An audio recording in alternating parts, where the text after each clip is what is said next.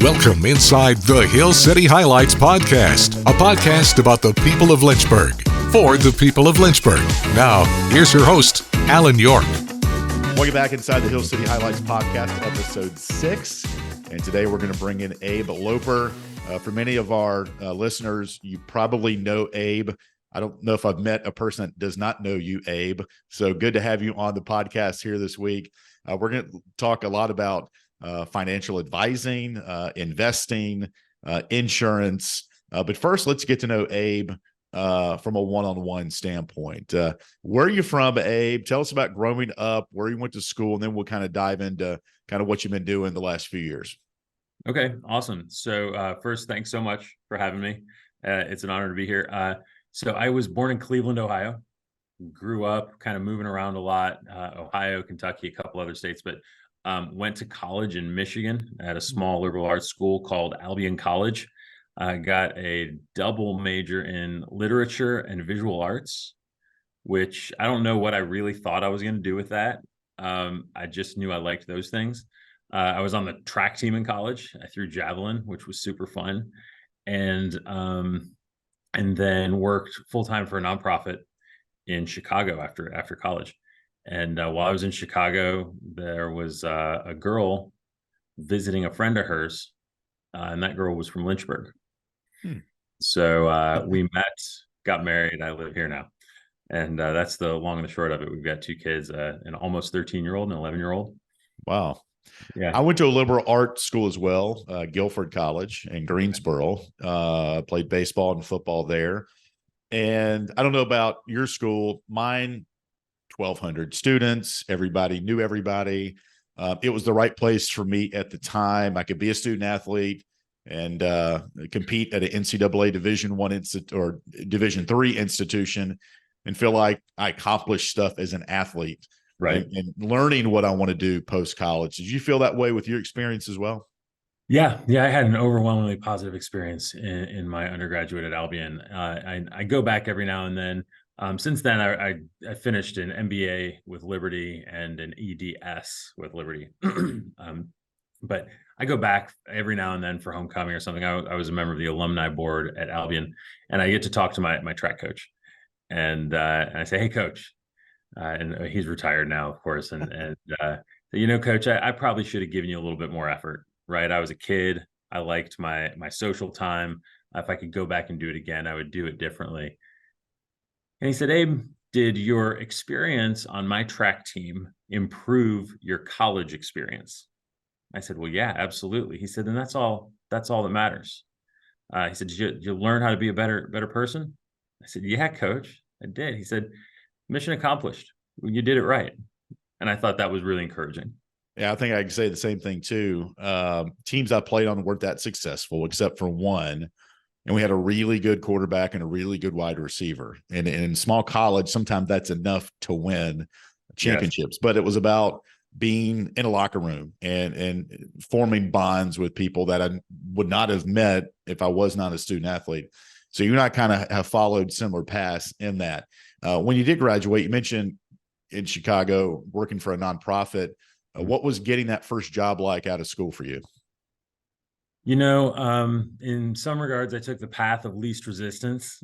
I was working or volunteering, I guess, as a student leader with a ministry called Campus Crusade for Christ, which is now just called Cru. And when I graduated from college, I was kind of invited to apply to be a staff member. And so I did that. And it was a wonderful experience. But there came a time when I said, okay, I think it's time for me to see what it's like. I was curious in kind of the typical corporate world in Chicago.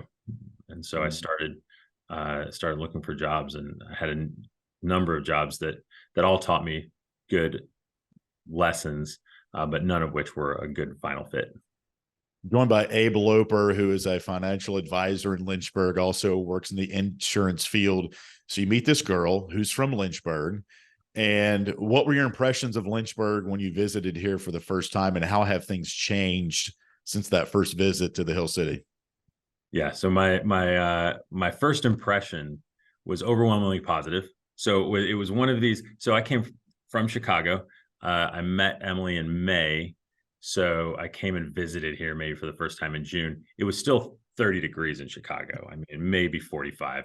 And it was basically summer here. Kids are swimming in pools. It's beautiful. There's no traffic. There's almost no crime. There's, trees and a river and great restaurants. And I thought, oh my gosh, why doesn't everybody live there? It's so cheap to live here.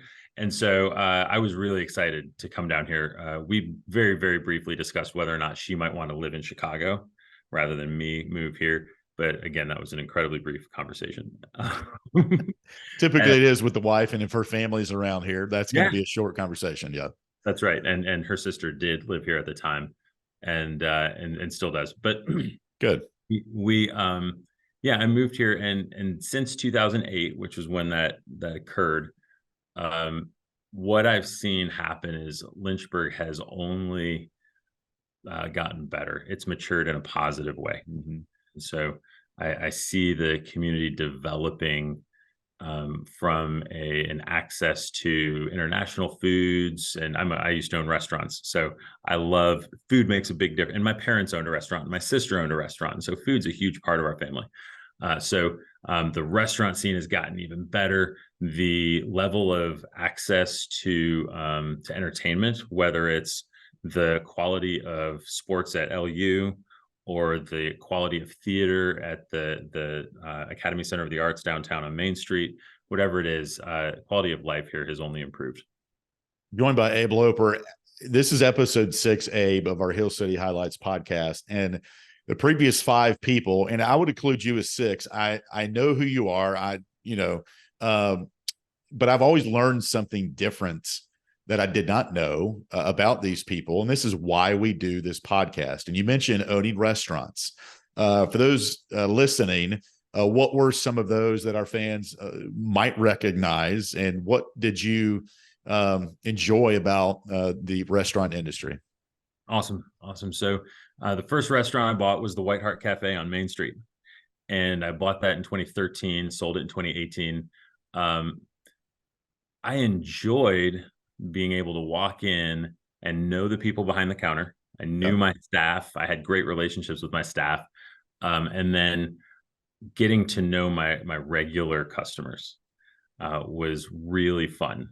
It was fun to go in and see, even if I didn't know the customers, it was fun to go in on a Saturday morning in October when the farmer's market was hopping across the street and there was a line out the door at the restaurant and it was packed. And just to think, wow, we're providing something that people want. What a really cool realization as a retailer. Yeah. And then, some of the things I didn't like. Well, first, I also opened a coffee shop in the mall called Blackwater Coffee, which was bought by Tommy Clark and is now called Mission House. Mm-hmm. And then I had a deli in Windhurst that I bought from a previous owner and kind of kept it the way it was, called City Place Foods, and had that for a few years before selling it. But yeah, some of the things I didn't like, you're never off the clock. You deal with people not showing up, and that impacts your bottom line. And you didn't do anything wrong. You're just kind of at the mercy of a particular staff member, and maybe not for a bad reason. Maybe it was because it snowed and they couldn't get out of their driveway, or they had an emergency at home. But just being more or less very out of control of your income when you have a family of restaurants is a little bit unsettling for a guy who's raising 2 kids, paying a mortgage. Sure, absolutely. I completely agree with you on that. Joined by Abe Loper with Loper Financial, episode 6 of our Hill City Highlights podcast. Since I've known you, Abe, just watching you at networking events or just seeing you around town, it just seems like, and not seems, you're a guy that people are attracted to. It's your personality. You might be squeamish when I say that, but just the way you communicate with people is really, I think it's a God gift that you have. What do you enjoy about being in the community and just getting to know people? Because it seems like the kind of guy that you are. Yeah, and I really, first off, thank you for the compliment. I do enjoy that. Your observation is correct. So if you were to rewind about 25 years, little more, almost 30 years now, Yep. to Abe in high school. I was a big fat jerk. Okay. I was Okay. not. I know you probably don't expect to hear Okay. that, but I was raised in a Christian home. I was taught to do the right thing, and I just didn't want to. And I was unkind, particularly with my words toward other people. Hmm. I tore other people down out of insecurity, and there was a light switch almost that was flipped going into my senior year of high school. And I realized I had some self-reflection, had some folks who knew me well, who I was willing to listen to, spoke into my life. Hmm. I realized I wasn't doing it right, and I had to make a significant 180-degree turn and say, I'm going to start valuing people, Wow. and I'm going to show them that they're valuable when I spend time with them, almost because that's right, but also almost as penance for what the last few years had looked like. Sure. And I have ever since embraced every opportunity to spend time with people and to hopefully make them feel good. Abe, you mentioned a couple of people, spoke to you, and you heard them talk about maybe how you were acting or treating others. What about your family? Did they sense a change once this happened? You don't have to name who these people were, but how was your family affected by this on the back end of, as you say, having real talk? Somebody give you some constructive feedback of kind of how they perceived how you were. Yeah. So, no, and I don't even mind, because the people who changed my life are important to me. So it was a guy named Tim Vickers, who was a young life leader. It was Joel Larson, who was a youth leader at the time. It was a guy named Jeremy Dixon, who was a friend of mine, peer of mine. But, and they're all, still in touch with me 30 years later. And, my family, I wasn't really open to hearing it from my family. I'm sure Okay. they, Yep. but I do recall my dad saying, hey, I notice a difference in you. What made you, go from acting like this and being this guy to being a totally different person? And I think at the time I was like, what? That's crazy, right? Because that's what a high school person says. I don't know what you're talking about. Right. Yeah. And we both have teenage kids, and that's how they act day to day sometimes. So, yeah. Yeah. So let's kind of fast forward now. Abe, we're joined by Abe Loper with Loper Financial, episode 6 of our Hill City Highlights podcast.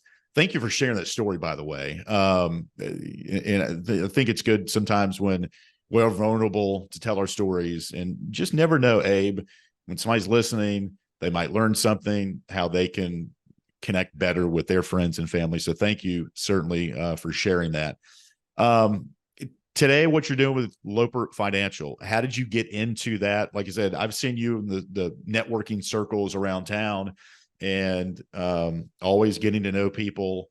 Has that helped you with what you're doing now? And how did you get into owning your businesses and now getting into financial and insurance? Mm-hmm.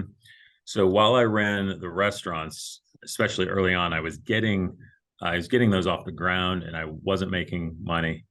I wasn't losing it, but I was throwing all of the extra revenue back into growing the business.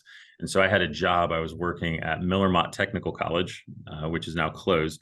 But I had a friend who worked as a financial advisor, and he called me, and I didn't want to meet with him. And he was like, "Hey, Abe Loper, this is so and so." I said, I know. I don't have time right now. I'm trying to run a restaurant. I'm coaching a little league team. I've got kids and a wife and a full-time job, and I sit on these boards. No time to talk to you about my financial plan. He said, no. I'm calling you because my regional boss out of Charlottesville was given your name as somebody who he might want to look at hiring in the Lynchburg market. And it's funny because immediately I was like, yeah, sure. Just, I can make time, just whatever works. And so I went up to Charlottesville. I met with this guy. He's a wonderful person. And I was drawn to, I think my curiosity drew me to at least give this new career a chance. And so Okay. That's how I got into financial advising. How long ago was that? That was about 8 years ago. Okay. Yeah. How about any advice for those listening, Abe, that might be on the fence? It's 2023. Inflation has just sent everything we purchase and consume, price hikes, et cetera. That being said, if sitting from your seat, it's important to save, and if you can, invest some. For those just beginning, maybe younger graduates of school, et cetera, what advice do you give them with financial advising, and how do you think you can help them out? Yeah. So first, my disclaimer, this any advice that I give is kind of general rule of thumb and not advice for any individual. Yep. But what I would say is that nobody ever says, man, I wish I hadn't started saving so soon. Nobody ever says it. I've never met a 75-year-old who was like, I should have waited a few years before I started putting money away. Doesn't happen. I also I look at, like you mentioned, inflation and the economy and some volatility that I think is evident. It's not something that we've never seen before. And the people who saved through those periods would never say, I wish I had not done that. We encounter these moments of fear because it's our natural self-preservation wants us to hang on to everything we find, right? It's why we go to buffets and we gorge ourselves, because it's not even a fun experience anymore, because we're trying to get value. And it's in our brains. It's thousands of years of programming, scarcity programming. And if we can just turn off our fears, because they're important if a bear's chasing you, but they're not really good. Our fears are not especially good compasses for making excellent decisions. Mm-hmm. And so I try to work hard to explain to my clients and the people I meet with that we want to make historically good choices. And so we need to think about what 80 and 90-year-olds say today, because that is our future. Assuming some catastrophe doesn't happen to us as an individual, I'm going to be an 80-year-old someday. And the person best qualified to take care of old man Abe is current Abe. And so what does he want me to do? Right. And so I think putting ourselves in our future person's shoes helps us to make much better decisions than watching the news, because the news is always temporary. It's always in the moment, and they make money off of getting a rise out of people. And so I always, when I look at even at stocks, and you can picture a line graph, you always want up and to the right. I always pull out 20 years. Mm-hmm. What happened last week is kind of irrelevant. What do things really look like? Because I'm planning for something that's occurring 20 years in the future. And so the weekly snapshot isn't helpful, but a 20-year look is. When you meet with prospective clients, give us an idea of how you start the conversation and educate them on, hey, this is what I'm seeing here today. It may not be this next week, but here's some advice for you. I think we should do this and that. How do you start those conversations? Yeah. So the conversation always starts with the client. Yep. Tell me why you're sitting across from me. You didn't have to come to my office today. What occurred in your life as an impetus, or what bell went off in your head, or did I talk you into it and you're just willing to give me a shot? I don't know. Why are you here? And what questions do you have for me? And then we ask, what are your goals? And I'll even say, I think this is a great line. I don't remember to use it as often as I should, but I say, how can I serve you today where you're going to leave here and say, man, I'm so glad I did that. Or you're going to look back at 6 months from now and say, this has been better than I expected. What kind of outcomes can I provide outside of making you $1 million? Right. So what's the conversation? And so most of the time it's, what are your goals as a person? What's your time horizon? So you have how many more years of earning ahead of you? And maybe we'll even discuss whether or not your expectations are are accurate. You might think you have to work till you're 70, and I might tell you you don't. You might think you can retire at 50, and I might tell you you can't. Yep. Let's come to an agreement on your time horizon. Also, your risk tolerance. What's your personality like? Are you cool with risk? Are you up for buying a restaurant that closed because it wasn't making enough money? Because I'm that guy, but I can't invest everybody like I would invest me. That would be inappropriate. Mm-hmm. What's your risk tolerance? And then what are your expectations from a communication perspective? Do I need to talk to you every week? Maybe I'm not the right guy. Do I need to talk to you quarterly?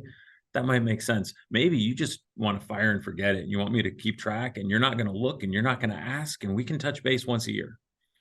But I need to figure out what the prospect or the client is like, and what they're looking for. So we set expectations and then decide whether or not it's going to be a fruitful relationship. Tough question to ask here, but I'm going to, just to educate our fans and listeners, Abe. Yeah. Like, customer comes to you this week and says, "Hey, I want to open up a Roth IRA." Are there things like that are safe to start investing? And if it's not the Roth IRA, is it something else that you would recommend? And I'm sure it's different case to case, I would imagine. It is. So it's definitely different case to case. For some people, even opening a Roth IRA, which has very few downsides, isn't the right move. Yeah. Because, for example, if you contribute to a Roth, your maximum, that means you then cannot contribute to a traditional IRA because the maximum for IRAs in general. And the traditional IRA has tax benefits associated with it now that somebody might need. So sometimes maybe the Roth isn't the right thing, but I would say that as somebody comes to me and says, "Hey, I just want to do this thing," I'm going to make them aware of the positives and the negatives. And then we're going to say, do you still want to do that? And if they are insistent, and I've had this happen, on doing something that I don't recommend, I just have them sign their name to a piece of paper that says, "I wanted to do this against the advice of my advisor." Yep. And typically when you put that in front of somebody, they won't sign it. They'll just say, "No, never mind. We'll do the other thing." Because we all have to be held accountable. And in my job, there's a lot of accountability. Sure. And I'm not just accountable to my clients, but I'm accountable to regulatory organizations to make sure that I do the right thing as a fiduciary for my clients. And when you take that accountability and you ask the person who is not an expert, who isn't licensed, who hasn't made this their life's commitment, to sign off on the decision, even if it's their money, oftentimes they say, you know what, never mind. They'll second guess that. Mm-hmm. And I think that makes sense, because if I insisted on buying a house that my agent said was really a terrible house, it had cracks in the foundation and roof leaks, but I really wanted to pay way too much for it, and they said, "Fine, but you've got to sign this," that would cause me some hesitation as well. Yep.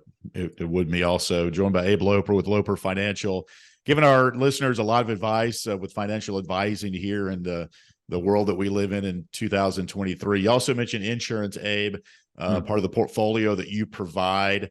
What other products do you provide outside of insurance, and how do you start those conversations with those that may not be insured that are learning about the insurance business also? Yeah. So typically during that initial kind of discovery meeting, which I never charge anybody money for that, we just sit down and we find out, what are your goals, your time horizon. If I find, I'm asking questions, how old are you? Do you have kids? Do you have life insurance? Oh, you've got 5 kids and a mortgage and no life insurance. Okay. You know what? I would be that guy if somebody hadn't told me or taught me. And so let me tell you what I think would be appropriate for your family. If you need life insurance, I can sell you that. And there are a bunch of different types, and we can use it strategically, or we can sell it transactionally. It depends on the person, and it depends on their available assets. But no financial plan is complete without at least addressing the topic, I would say, of life insurance, what happens to you and your assets and your family if the worst case scenario occurs. And then also having conversations about estate planning. And hey, when you are gone, who's going to get this, and how do you want them to have it? And so I work with some local attorneys at building trusts. I work with local like long-term care providers and things like that, just to make sure that your family is as buttoned up financially as possible. I don't make money on that stuff. It's just me having built relationships and learning how to ask the right questions that can benefit my clients. Wrapping things up with Abe Loper, Loper Financial. All right, Abe, contact information for you, for our listeners that want to learn more about your services and how you can help them. Website, give us an idea of where they can find you. Yeah, so website is just loperfinancial.com. It's pretty straightforward. You can email me at abe@loperfinancial.com. Yeah. You can also call or text. My office number is 434-214-0078. And I'm on LinkedIn. I'm on LinkedIn all day. I love that. Yeah. For building relationships professionally. It has been kind of become my little homepage. And so I spend time there. So anybody's welcome to message me there and connect. You mentioned some other boards that you're on, Abe. For those that might see you out in the community the next week and a half, month, what are some events they might see you at? Oh, wow. So I'm on the board at Peakland Pool, and the chairman or president of the Lynchburg Liberty alumni chapter here. And so you might see me at different events, homecoming events, at Liberty. That's beginning of November, actually. November. That's off the ways. You might see me at a golf outing for the Regional Business Alliance. I'll be sponsoring a hole there, and I'll have a team. I'm the incoming president at the Rotary Club in the mornings. You mentioned Rotary. Yeah. And I'm wondering why I committed to that. Right. It's all right. We'll find a way. I got you. If you really want to see me, go down to Miller Park. I coach a little league team, and what you're going to see is me just wringing my hands because I get so nervous watching my own son play baseball. He's good, but a parent, nobody's more nervous than a parent watching their kid play a sport. Well, Abe, we appreciate you taking time out of your busy schedule to join us here today. I know our listeners have learned a lot about who you are and where you grew up and how you've become such an important leader here in the Lynchburg area. So thankful for your time, and look forward to catching up soon. Thank you so much, Alan. It's been my pleasure. Thanks for listening to this episode of the Hill City Highlights podcast. Have an idea for future shows? Email our team at hillcitypod@gmail.com. And join us each and every Monday for another edition of the Hill City Highlights podcast.